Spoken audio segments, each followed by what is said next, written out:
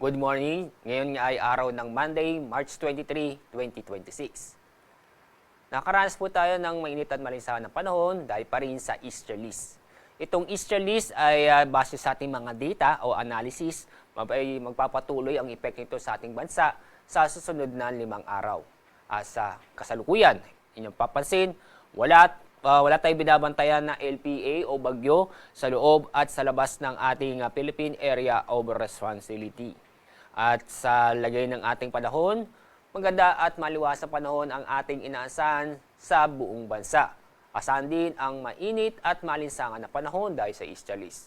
Itong mainit at malinsangan na panahon ay mararamdaman natin lalo-lalo na sa tanghali o sa hapon. Sa Metro Manila, ang inaasahan ko natin pinakamataas na temperatura ay aabot ng 31 degrees Celsius.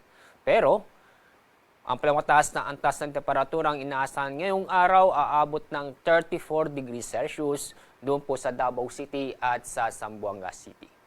Asahan po natin ng mga isolated na mga pag-ulan dulot ng thunderstorm sa bandang hapon o sa gabi. Kahapon, ang pinakamataas na heat index ay umabot ng 39 degrees Celsius doon po sa Langranja, Carlota, Negros Occidental at sa Cotabato City. Sa Metro Manila, umabot ng 34 degrees Celsius. Ngayong araw, inaasahan na aabot ng pinakamataas na heat index ay 39 degrees Celsius doon po sa Davao City. Sa Metro Manila, aabot ng 34 degrees Celsius. Wala tayong gale warning, ibig sabihin wala tayong inaasahang matataas na alon. Pero paalala sa mga kababayan po natin na papalaot sa ating mga karagatan, mag-ingat pa rin dahil sa mga nabubuong thunderstorm, lalo-lalo na sa hapon o sa gabi.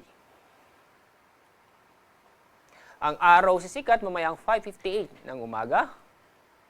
Ang araw lulubog sa ganap na 6:07 ng hapon.